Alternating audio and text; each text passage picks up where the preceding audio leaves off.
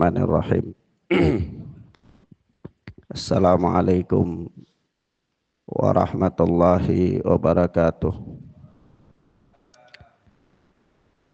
Walhamdulillahi hamdan katsiran thayyiban mubarakan fih kama yuhibbu rabbuna wa yarda. Ashhadu an la ilaha illallah wahdahu la syarikalah wa ashhadu anna Muhammadan abduhu wa rasuluh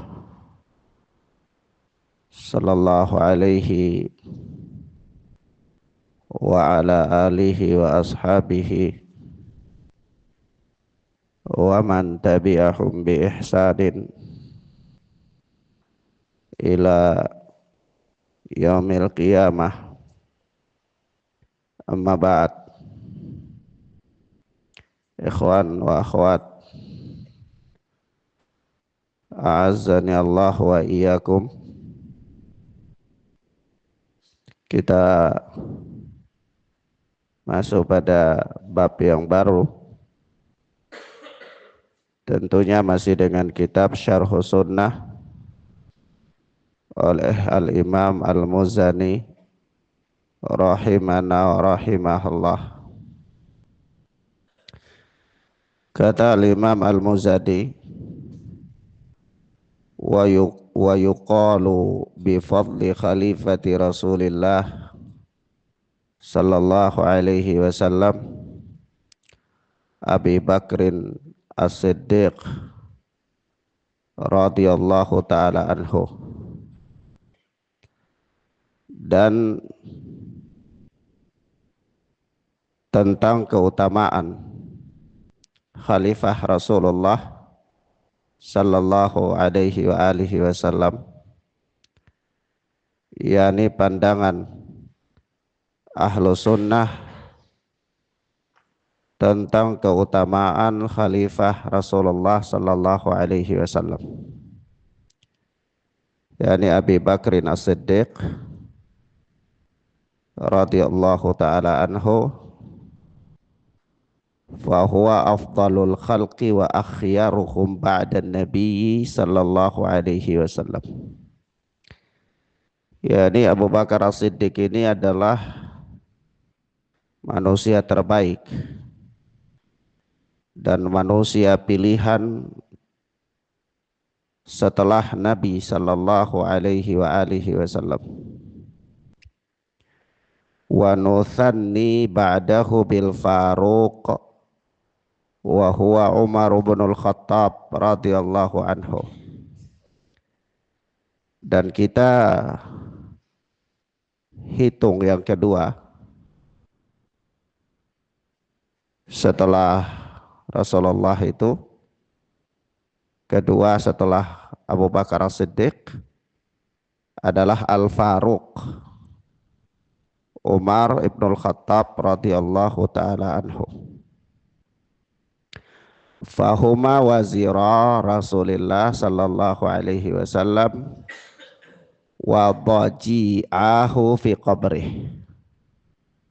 Keduanya, Abu Bakar dan Umar, itu wazira, dua menteri Rasulullah, dua orang dekat Rasulullah sallallahu alaihi wasallam, wa dhaji'ahu fi qabrih, dan keduanya bersebelahan dengan Nabi sallallahu alaihi wasallam di kubur Nabi sallallahu alaihi wa alihi wasallam.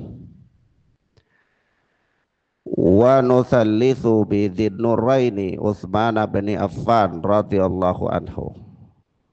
Dan yang ketiga, kita hitung yang ketiga, khalifah-khalifah Rasulullah itu adalah Dzinnurain, pemilik dua cahaya, Utsman bin Affan radhiyallahu taala anhu. Tsumma bidzil fadli wat tuqa Ali bin Abi Thalib radhiyallahu anhu ajma'in. Kemudian setelah Utsman adalah orang yang memiliki kemuliaan dan keistimewaan ketakwaan. Memiliki keistimewaan dan ketakwaan. Siapa dia? Ali bin Abi Thalib radhiyallahu anhu, yaitu Ali bin Abi Thalib radhiyallahu anhum ajma'in, yang Allah subhanahu wa ta'ala telah meridai mereka semua. Ikhwan wa akhwat, a'azzani Allah wa iyyakum, di bab ini Al-Imam Al-Muzani ingin menyampaikan kepada kita tentang kedudukan para sahabat ridwanullahi alaihim ajma'in. Beliau mulai dengan kedudukan sahabat yang paling mulia di antara sekian sahabat. Dan sudah dimaklumi secara bersama bahwa para sahabat itu di dalam keutamaan mereka bertingkat-tingkat keutamaan. Begitu pula di dalam keilmuan mereka bertingkat-tingkat keilmuan mereka. Dan seterusnya. Nah, di antara sekian tingkatan dan perbedaan keutamaan para sahabat itu telah disepakati oleh umat bahwa yang paling pertama dari mereka adalah Abu Bakar As-Siddiq radhiyallahu taala anhu. Kemudian Umar Al-Faruq. Kemudian Dzun-Nurain Utsman bin Affan. Kemudian Ali bin Abi Thalib, ya ini Dzul Fadli wat Tuqah radhiyallahu anhum ajma'in. Baik, sebelum kita jelaskan keutamaan para sahabat ini baik secara umum maupun secara person pribadi-pribadi mereka, kita perlu tahu apa itu definisi sahabat. Para ulama mempunyai beberapa definisi tentang sahabat itu.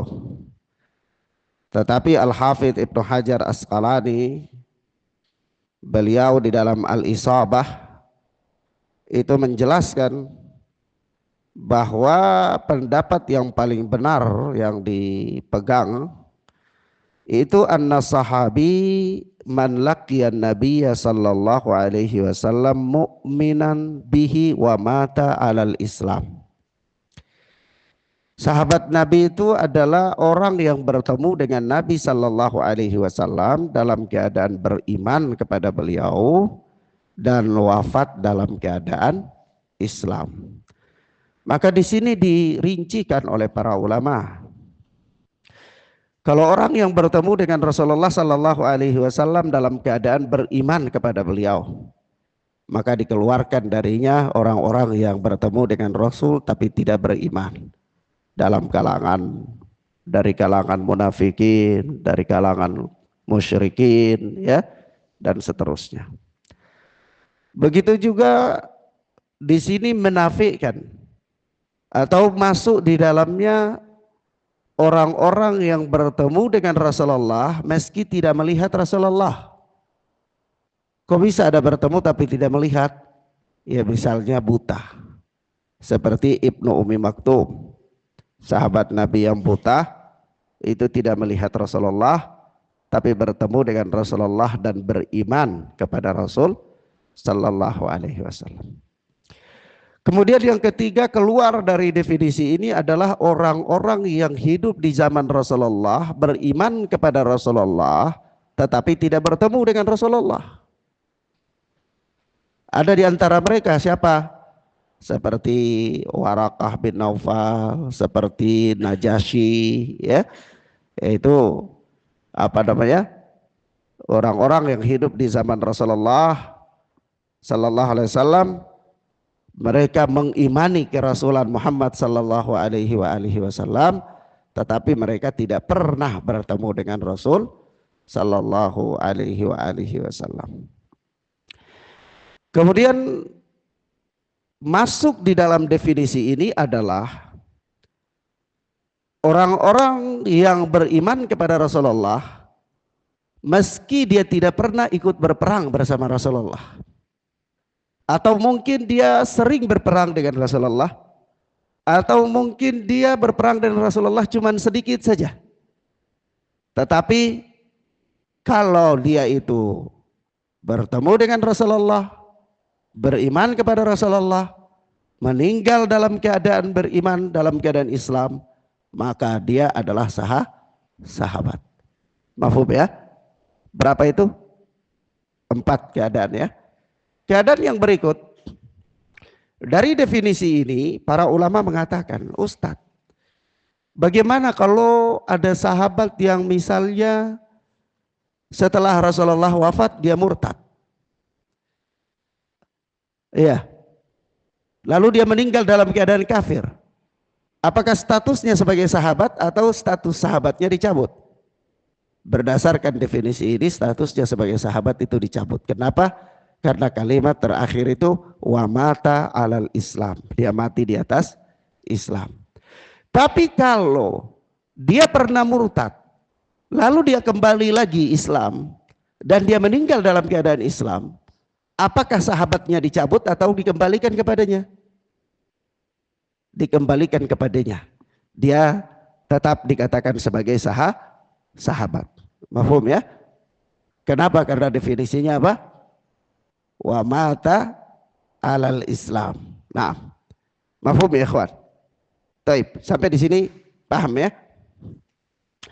Kemudian kalau kita tahu sahabat itu demikian, bahkan ada hadis Nabi Shallallahu Alaihi Wasallam yang menjelaskan kepada kita tentang keutamaan mereka secara keseluruhan. Disebutkan oleh Ibnu Abi Syaibah dan dinyatakan hasan oleh Al-Hafidh di dalam Fathul Bari. Itu ada riwayat yang mengatakan bahwasanya la yazaluna bi khairin madama fikum man ra'ani wa sahabani. Ya, kalian itu senantiasa berada di atas kebaikan atau dalam kebaikan selama di antara kalian itu ada orang-orang yang ra'ani wa sahabani, yang melihatku dan bersahabat denganku.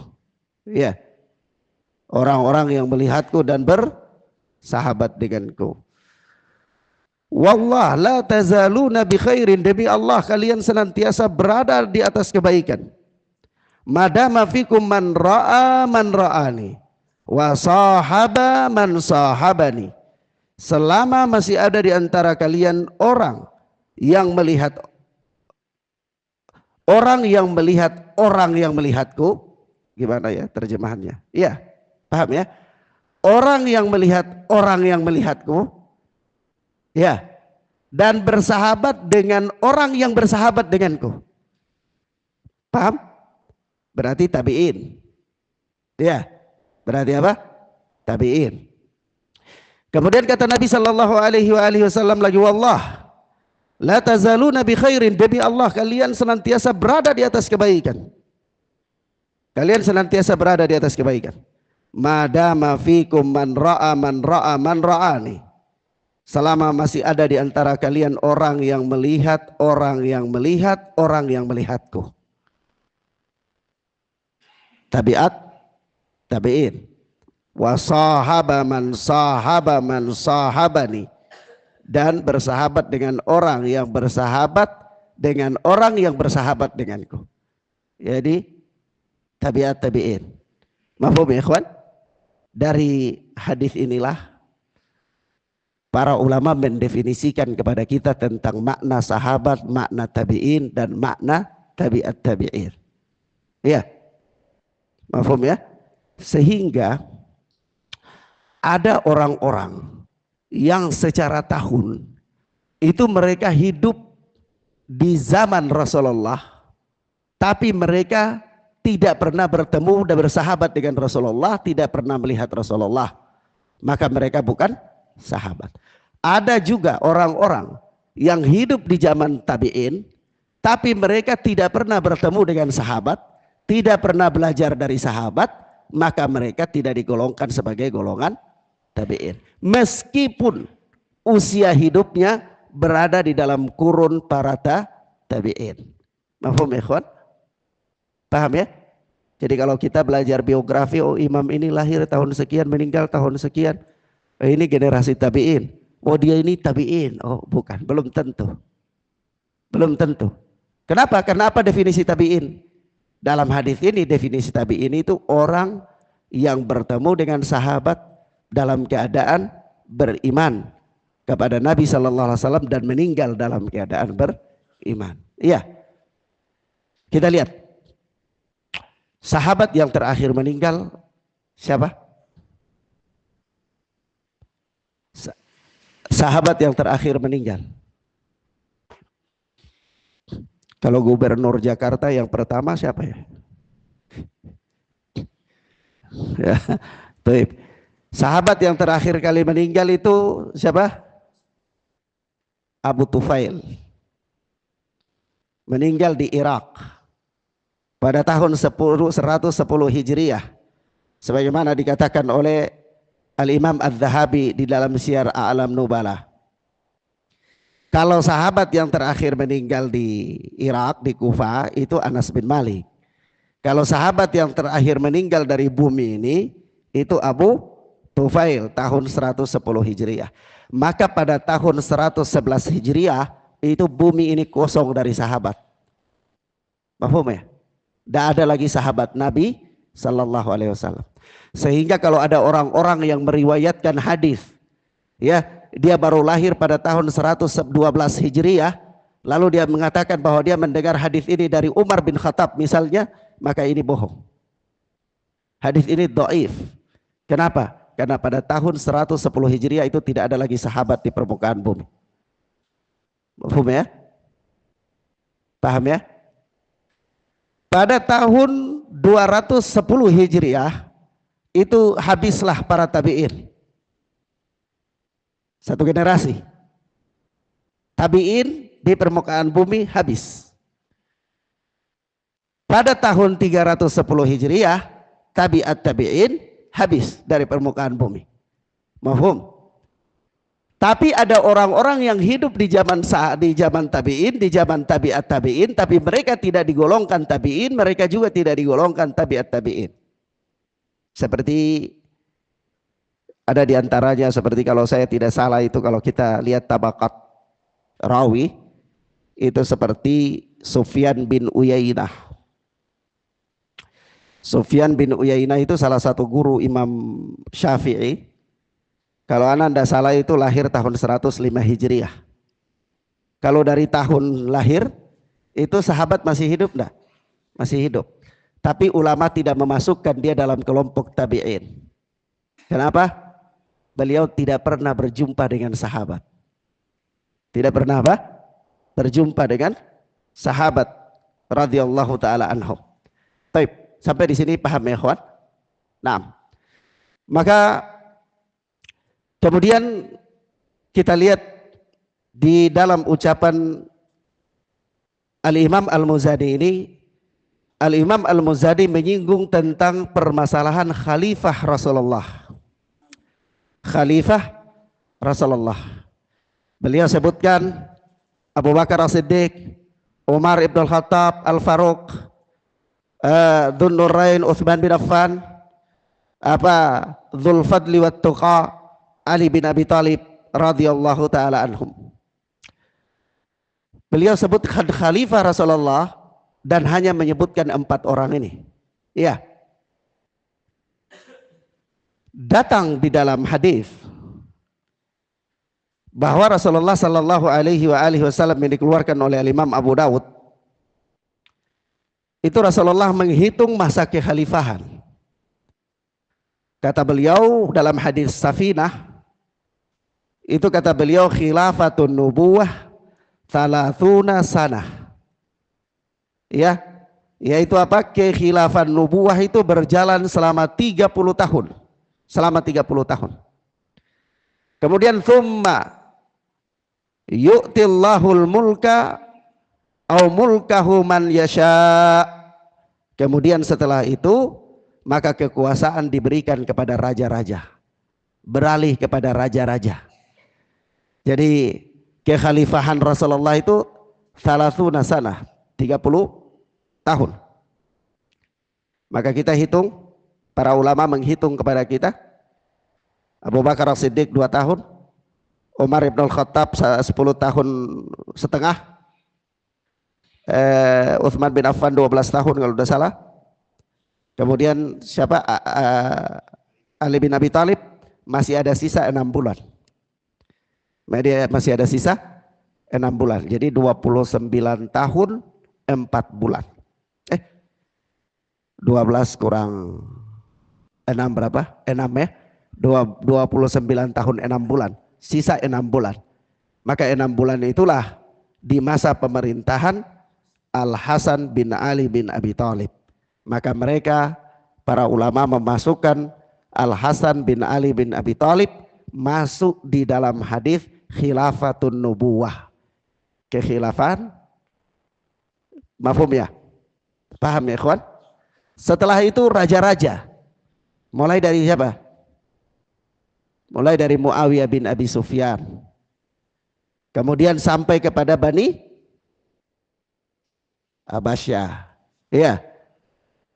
Apa di Harun Ar-Rasyid dan seterusnya itu Bani Abbasiyah. Ya. Dan seterusnya itu adalah raja-raja. Khilafah itu hanya sampai pada masa Al-Hasan bin Ali bin Abi Thalib. Nah, taib. Al-Imam Al-Muzani menyinggung di sini gelar-gelar para khulafaur rasyidin ini. Yang Rasulullah sallallahu alaihi wasallam mengatakan secara umum tentang mereka, man ya'ish minkum fasayara ikhtilafan katsira fa alaikum bi sunnati wa sunnatil khulafa'ir rasyidin al-mahdiyyin min ba'di adhu 'alaiha bin nawajid. Yaitu apa?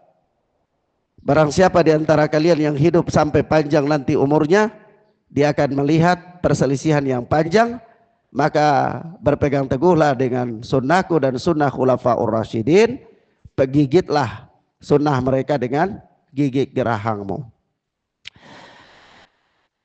Al-Imam Al-Muzani menyinggung gelar-gelar mereka, As-Siddiq. Karena As-Siddiq adalah gelar yang Rasulullah sallallahu alaihi wasallam berikan langsung kepada Abu Bakar As-Siddiq. Sebagaimana beliau berkata tentang Aisyah, yakni putri As-Siddiq. Di mana orang-orang mengalami fitnah, mengingkari perjalanan Mi'rajnya Rasulullah sallallahu alaihi wasallam, dan hal itu dibenarkan oleh Abu Bakar As-Siddiq. Adapun Al-Faruq, gelar yang layak baginya, yang telah maklum datang dalam beberapa riwayat ya berbicara tentang penyebutan Umar Ibn Khattab dengan gelar Al-Faruq karena ketegasan beliau dalam menerapkan hukum-hukum Allah, tidak pandang bulu, ya, tidak pernah takut terhadap cercaan orang-orang yang mencerca. Kemudian Utsman bin Affan disebut dengan gelar Dzun Nurain, pemilik 2 cahaya, karena beliau menikahi 2 putri Rasulullah sallallahu alaihi wa alihi wasallam. Siapa mereka? 2 putri Rasulullah itu Ruqayyah dan Ummu Kalthum. Beliau Utsman bin Affan menikahi 2 putri Rasulullah, Ruqayyah dan Ummu Kalthum. Naam. Kemudian Ali bin Abi Thalib radhiyallahu taala anhu. Kemudian Ali bin Abi Thalib radhiyallahu taala anhu yang Al-Imam Al-Muzani menyinggungnya dengan apa? Dzul fadli wat tuqa, orang yang mempunyai keutamaan dan ketakwaan. Yes, ini juga sebagaimana datang di dalam hadis ketika peperangan, ya Rasulullah sallallahu alaihi wasallam mengatakan kepada para sahabat, besok saya akan memberikan pedang kepada orang yang beriman kepada Allah dan Rasul, dia ridha kepada Allah dan Rasul, dan Allah dan Rasul pun ridha kepadanya. Maka sahabat tunggu-tunggu siapa yang Rasulullah mau berikan pedangnya ini, ya, sampai besok. Ketika pada besok harinya pedang itu diberikan kepada Ali bin Abi Thalib radhiyallahu taala anhu, dan Rasulullah sallallahu alaihi wasallam sendiri telah menyebutkan tentang keutamaan-keutamaan beliau. Kemudian kata Imam Al-Muzani, Thummal baqina minal asyaratil ladina aujaba lahum Rasulullah sallallahu alaihi wasallam al jannata wa nukhlisu likulli rajulin minhum minal mahabbati biqadri alladhi aujaba lahum Rasulullah sallallahu alaihi wasallam minat tafdil thumma lisairi ashabihi min ba'dihim radhiyallahu anhum ajmain. Al-Imam Al-Muzani menyinggung sahabat-sahabat yang berada levelnya di bawah para khulafaur rasyidin. Siapa mereka? 10 orang sahabat yang dijamin masuk surga. Lalu kata beliau, wa nukhlisu likulli rajulin minhum minal mahabbah biqadri alladhi aujaba lahum Rasulullah sallallahu alaihi wasallam minat tafdil.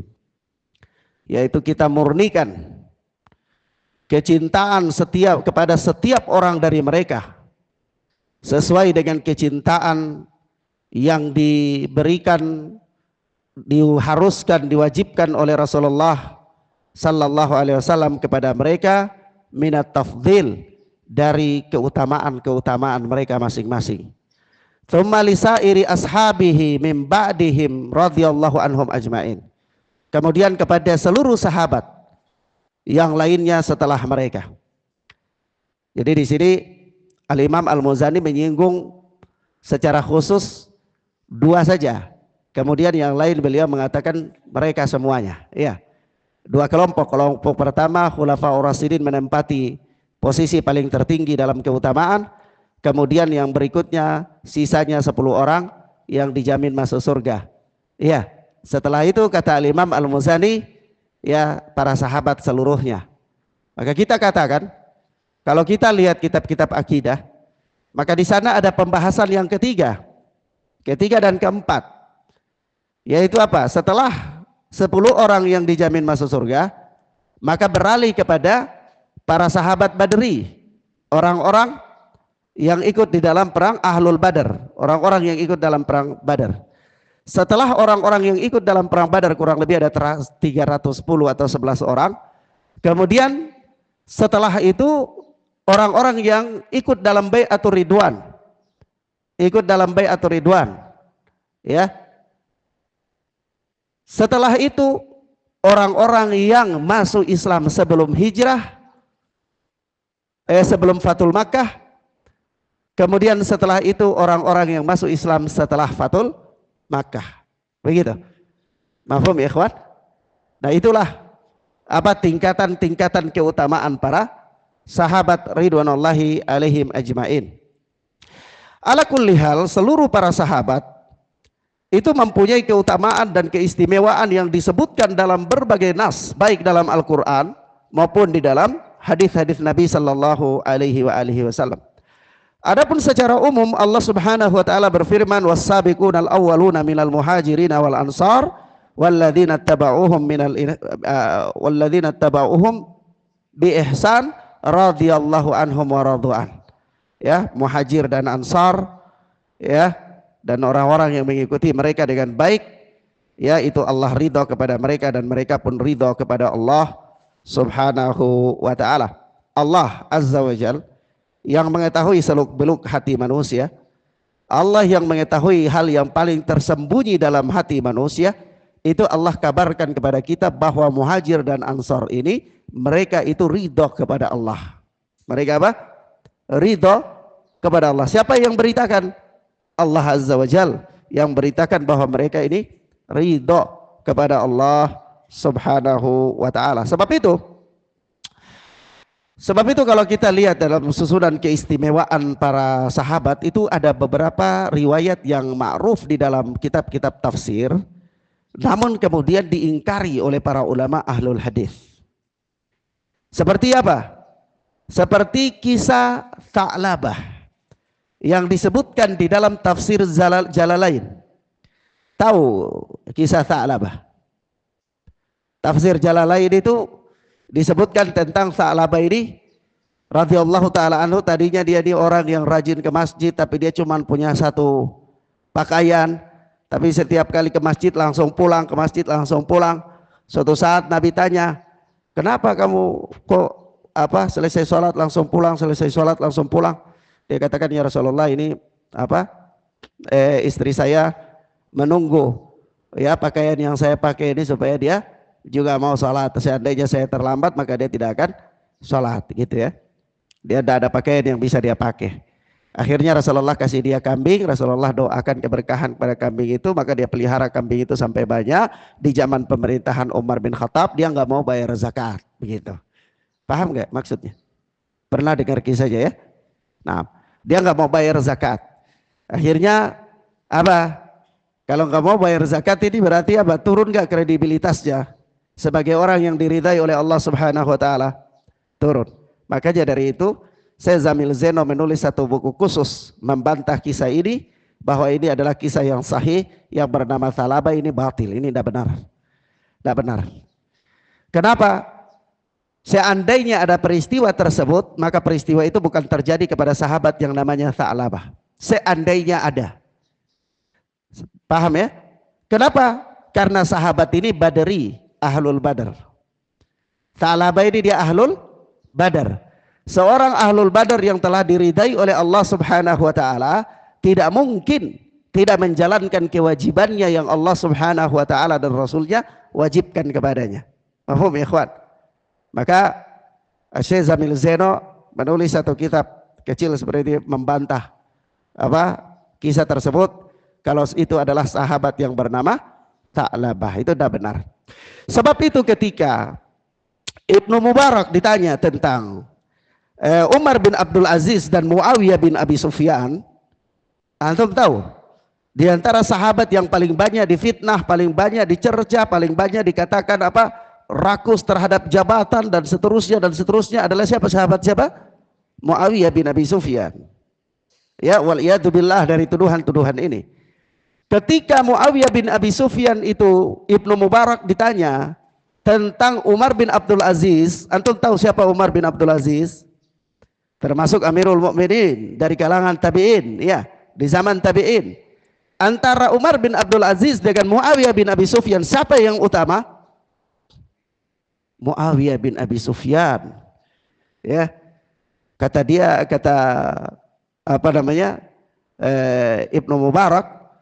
Ibnu Mubarak menjelaskan panjang lebar ya tentang keutamaan menjawab pertanyaan antara Muawiyah bin Abi Sufyan dengan Umar bin Abdul Aziz, sampai Muawiyah mengatakan begini, bagaimana engkau bertanya tentang orang yang Rasulullah mengatakan sami Allahu liman hamidah, dan dia mengatakan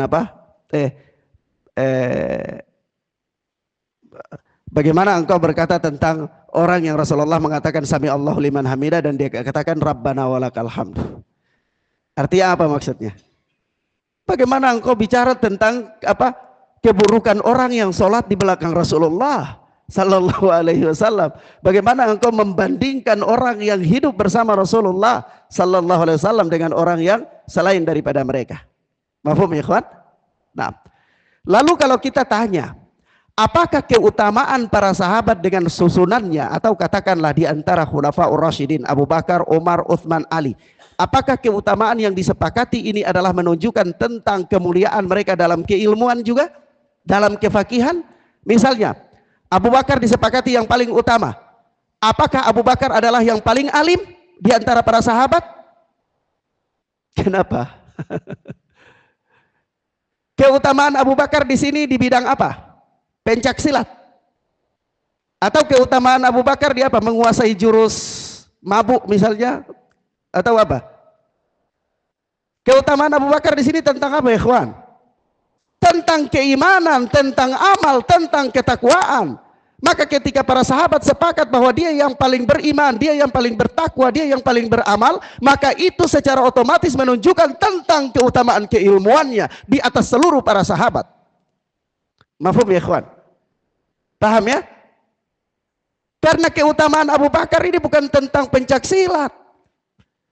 Begitu juga keutamaan Umar bin Khattab. Mafhum ya ikhwan?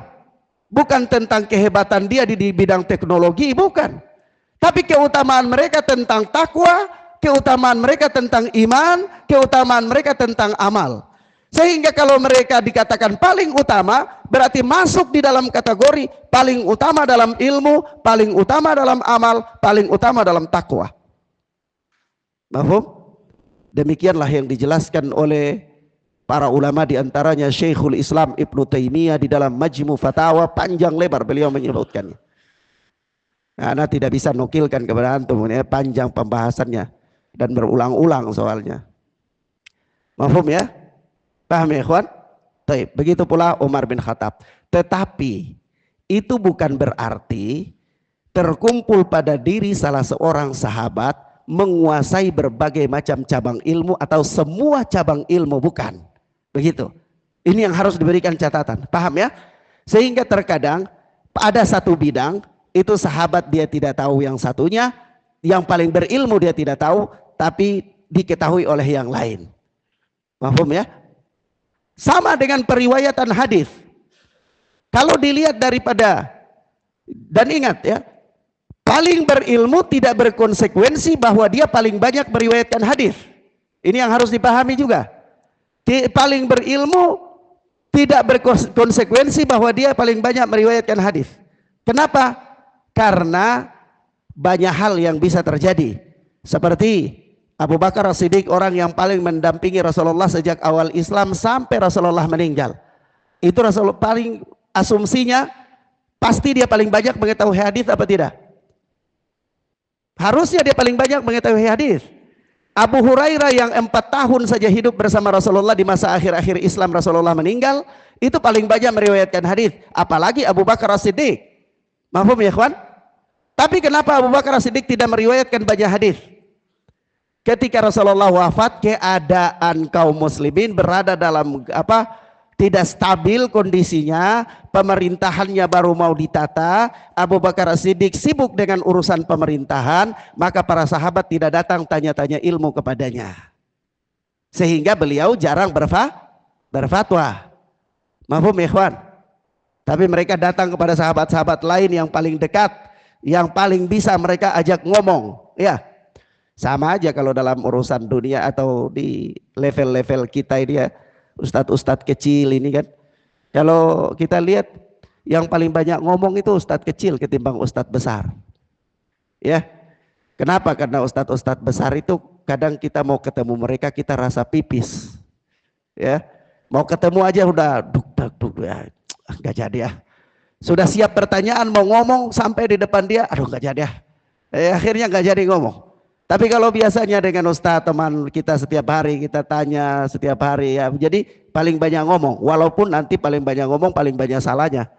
Ya, mahfum ya ikhwan? Paham ya? Nah itu dalam urusan-urusan kenyataannya begitu. Apalagi di zaman Rasulullah Sallallahu Alaihi Wasallam. Baik. Sampai di sini mafhum ya ikhwan? Bisa dipahami ya? Kita cukupkan sampai di sini insyaallah taala. Hadanallahu wa iyyakum wa barakallahu fikum wa sallallahu ala nabina Muhammad wa ala alihi wa sahbihi wasallam. Subhanaka Allahumma wa bihamdika asyhadu an la ilaha illa anta astaghfiruka wa atubu ilaik. Wassalamualaikum warahmatullahi wabarakatuh.